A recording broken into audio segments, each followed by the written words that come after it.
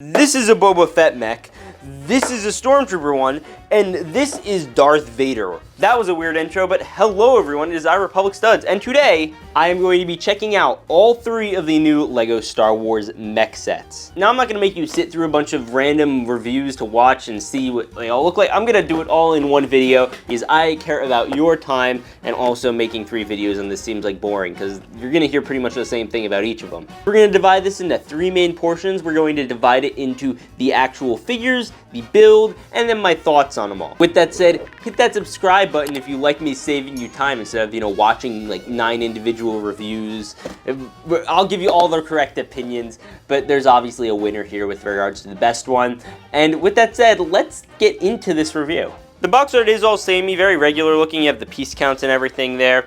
I'm not even going to get too particular with that. You have the back of Vader, and you have some more detailed look at Boba with the sands of Tatooine, and then you have a more detailed look at the Stormtrooper, who has a bit of an Imperial hallway thing going for him. Either way, that's pretty cool, and you have a look at all the other ones. Look at that, and they're all here. That's crazy. Would you believe that? That's incredible.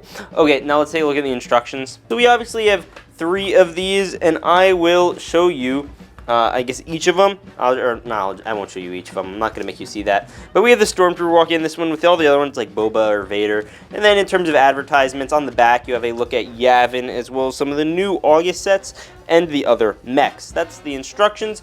Now we're going to do a hyperlapse build of each of these, and so let's go.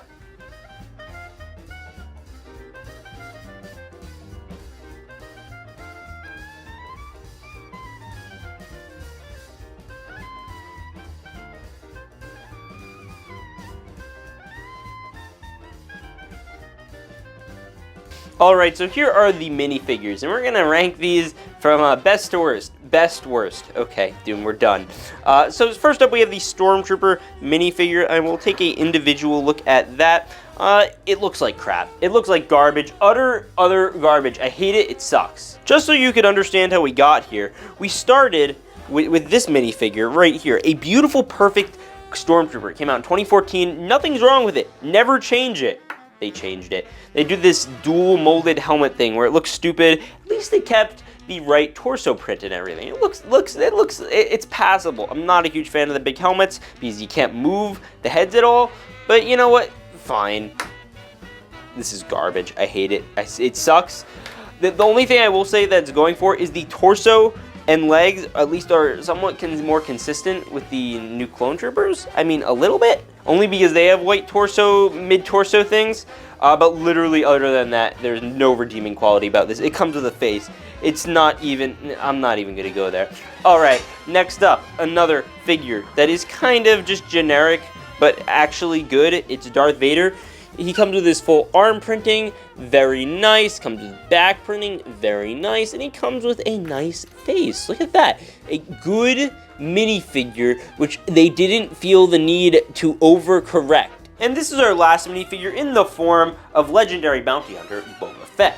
And he comes in the Boba Fett mech, obviously, and is by far the best minifigure out of all these, and the only one you should actually buy because he comes with this really, really good version of the character. So, what is so great about it, you may ask? We get beautiful toe-to-hip printing on the bottom of it, as well as gorgeous arm printing. We haven't gotten an arm-printed regular Empire Strikes Back Boba in a good amount of time.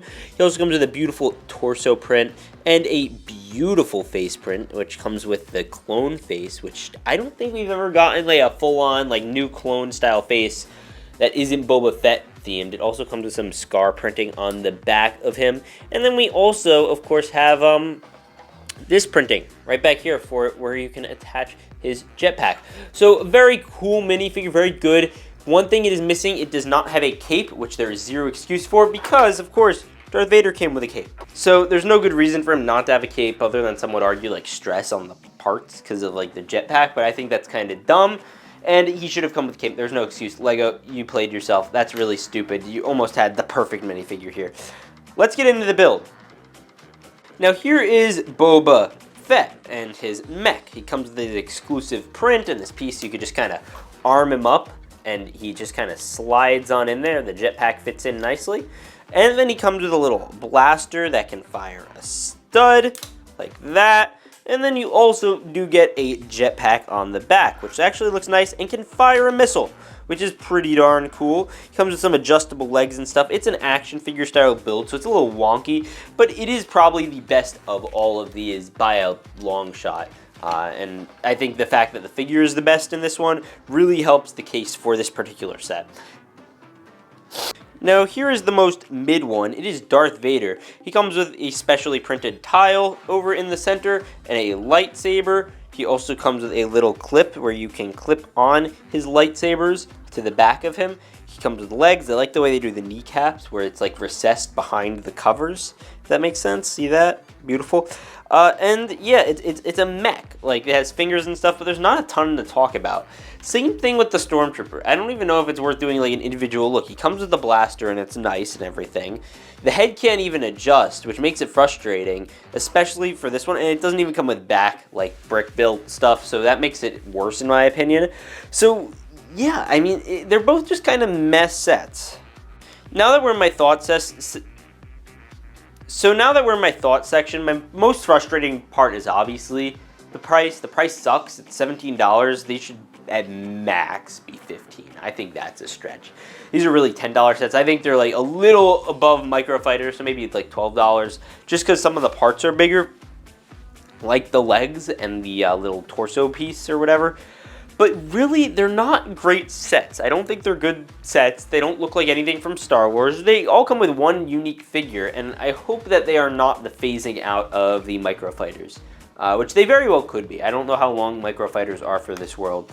Just because they've done so many different builds, they might think they're running out of builds they can do, maybe, that are iconic enough to sell. But I feel like you'd run out of people pretty quick. I mean, they're going to do the Mandalorian, I'm sure, and I'm sure they're going to do Luke, and they might even do like a Rebel Trooper or what have you. Maybe they'll even do a clone, but like, they need to do stuff that's iconic enough to sell on their own. I'm sure the next one's probably going to be like the Mandalorian, Chewbacca, and Yoda. Maybe Luke. Those will almost certainly be the next ones. And then after that, who honestly knows? I just hope they match qualities closer to Boba Fett than to like just doing that god-awful Stormtrooper. But yeah, those are my thoughts on these. Either way, I hope you guys enjoyed this review of this more controversial LEGO Star Wars set. And I want to know, will you be picking up any of these? I will see you all in the next one. Remember to peace out and stay awesome.